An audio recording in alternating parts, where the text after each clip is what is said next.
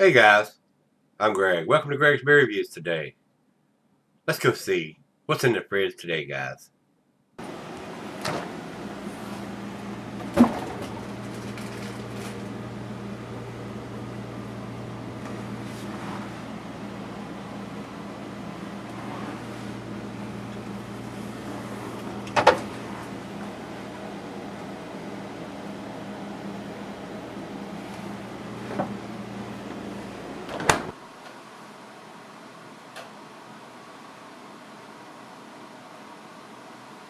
Hello everybody, welcome to Greg's Beer Reviews today. Thanks a bunch for stopping by, I really do appreciate it. Guys, today's beer comes from Monkish Brewing Company. These guys are out in California. This is their Cats to Chase. And it is a double dry hopped. According to what it says here, double dry hop, double IPA coming in at 8.4%. And the date on the rim here, it's on the side here, it says 05/28 of 20. So May 28th, and today is June 26th, so almost a month old. This was sent to me by Edmund, so he sent me a nice beer mail package today, as a matter of fact. Just got it in this afternoon, and throw this one into the fridge to get it chilled down real quick. Sent me 4 nice beers, it looks like. So Edmund, thanks a bunch for sending those beers. I was at the end of the rope there because I had one to post for tomorrow and didn't have anything for the next day. So everybody, the breweries and subscribers are keeping this channel going. So I do appreciate it. So can't get this beer here. I've not seen anything from Monkish available here in Virginia. I don't know what their distribution is. But it is an 8.4%, and over to Untapped, no IBU, double dry hop, double IPA brew with a simple recipe of 2-row and a touch of oats, and double dry hop with Galaxy, Cashmere, and Enigma hops. So we got the ABV and the date on it. Plain Jane silver can with a stick-on wraparound label. That means they're concentrating on what's inside the can than printing up a bunch of fancy artwork on a can that's going to get thrown away or recycled. So, with that being said, in the pictures I'm looking at on Untapped, looks like a New England style beer. Looks like it's very cloudy, very hazy. So let's find out. Yeah, let's pop the top and see what we got. Into the glass we go. Yes, very cloudy, very hazy. Definitely looks like an unfiltered beer coming out of the can. Definitely looks like a New England style beer. And we won't be able to get all of it in there on the initial pour here, but we will before we go off camera. And I'm smelling the hops already.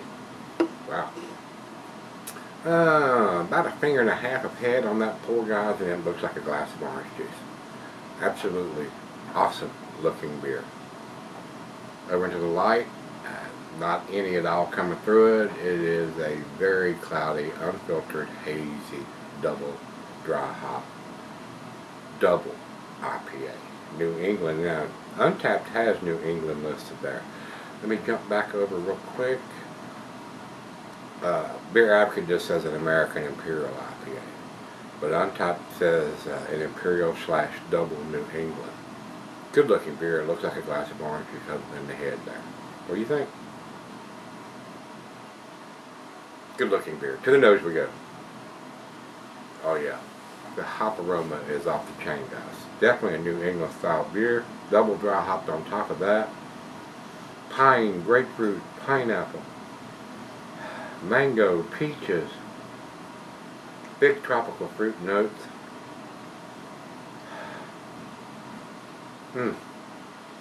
Awesome smelling. Awesome smelling beer. Just on the aroma, I would buy this beer. I ain't even put it to my lips yet. I would buy this beer if I could get it here, especially being an 8.4%er. Wow. Smells like a very, very well made beer. So let's dive in. Cheers, everybody. Cheers, Edmund. Thank you so much, sir. I do appreciate it.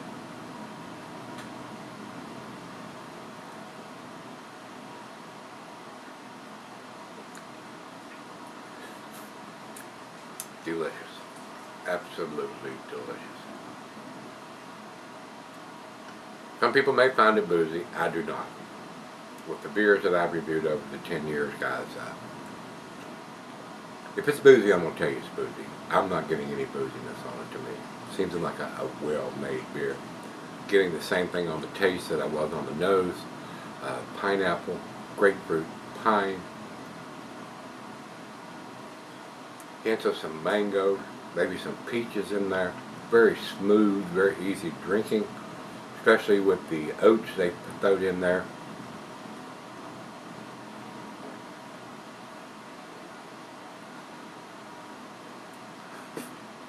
That is a very, very delicious beer. I would absolutely buy this beer if I could get it here. No doubt about it in my mind. That is an awesome tasting beer to me right now. Well, we're going to swirl it around again. Make sure we get everything out of it. It's only been in the can less than a month, but I want to make sure nothing is settled into the bottom of the can and get all that in there in case we got any big chunkiness or some floaties, which aren't going to hurt you. I always swirl that around. I used to not be that way, guys. If I had seen anything floating around in it or chunks in there, I was going, whoa. I was offended. I'm not offended now.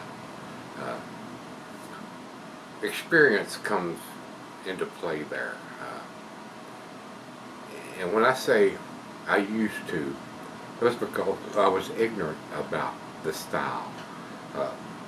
There's nothing in there, unless it's an old beer, it's going to hurt you. I mean, everything in an unfiltered beer, if there is some settling going on, it's not going to hurt you. And I would even leave the last little bit in the glass at one time. I wouldn't drink it because I didn't want to, but I didn't know. I didn't know any better, and that's ignorance of the beer style, and I was.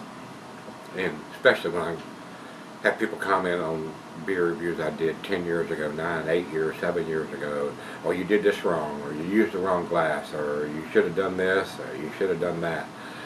It comes with experience and somebody that knows more than you telling you what you should be doing when you're doing something wrong. So, but anyway, and it all depends on where your palate is. If this is the first double dry hopped or imperial IPA, you may find it boozy.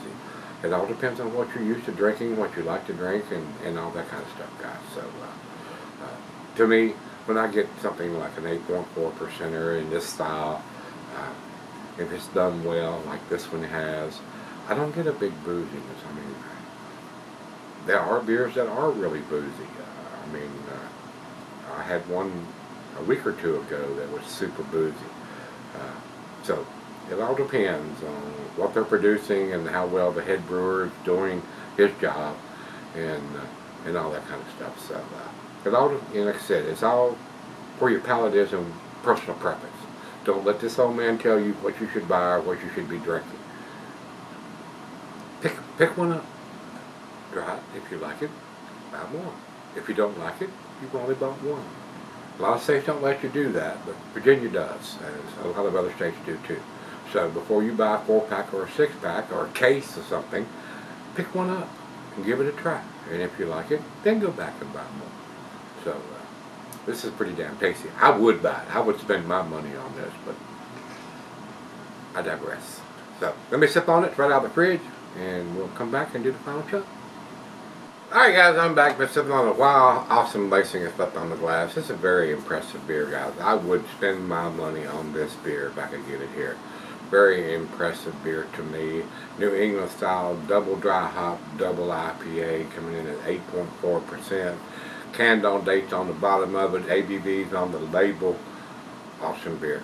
I would absolutely buy this beer if I could get it here. Especially being an 8.4% alcohol, well hidden, super hop notes on the aroma and the taste. Very, very well done beer. Are we going to go against the grade on this one? Final chug. Even now, the hop aroma is just off the chain, guys. Awesome. Absolutely outstanding aroma and taste on this beer. We got a little settling going on in the very bottom of it. I want to get all of that. I want to get every single bit of that.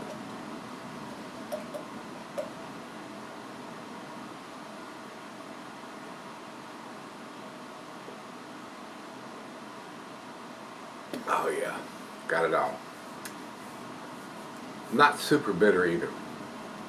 It's a double IPA, so probably in the 60 to 70 range, maybe a little higher than that. I'm just guessing on that because I don't have that information, but still not super bitter. I mean, it could very easily be over 100 IBUs on a double dry hopped 8.4%er, but very balanced beer to me. And with the oats they've used, very smooth and creamy, easy drinking, impressive beer. Super impressive. Like I said, I would buy this beer if I could get it here. It's a 10 for me, guys. Absolutely would buy this beer. If I could get my hands on it, I would buy it. So Edmund, understand why this is one of your favorites probably, and I'm looking forward to the others that you sent me in the beer mail package today, and we will go to those. You'll see another one because that's the only ones I have in the fridge to do is the ones he sent me today. So we'll go through the ones he sent me here until those run out or somebody else sends me something, and we'll continue doing the beer reviews, guys. And if nothing shows up, they will stop unless I see something that I haven't reviewed or I haven't reviewed in a while, or something shows up. That's how it's going to work from here on out. So over to Beer Advocate, they have no score. Only one person has posted a comment on this, and they gave it a 4.5. Over to Untapped, they have it at 4.35. That's definitely in their A category. I think it's a little better than that. That's why I'm giving it an A+, because of the date on the can, the ABVs on the can, and what's in the can that came out into the glass. Very impressive to me. I'm not pulling any punches. I try to be as honest as I can, guys. If I tell you I would spend my money on it, I would buy this beer, that's usually the biggest recommendation I can give a beer, period. Whether it's sent to me from a brewery, whether it's sent to me from a subscriber, or I spent my money on it. If I would buy this beer, I would spend my money on it. It's a 10 beer. That's a 10 beer. So if you've had the Cats to Chase from Monkish Brewing Company, they're out of California. I don't know what their distribution is, how far they go out from the brewery. And you like this style of beer, it's worth picking up. Pick up one of them. If you like it, go buy more. That's what I'm saying. I always tell you guys that. Buy one if that state allows you to buy one. And if you like it, go buy more. That's what I would do. Now that I've had it and it was available here, I would go buy a 4-pack or a 6-pack. I don't know how it's packaged. He didn't tell me that. But I would buy 8.4% alcohol, well hidden, super hop taste and aroma. Awesome beer. Well-made beer. Definitely. So if you've had it, let me know what you think, guys. Till we meet again, let's go see what's in the fridge.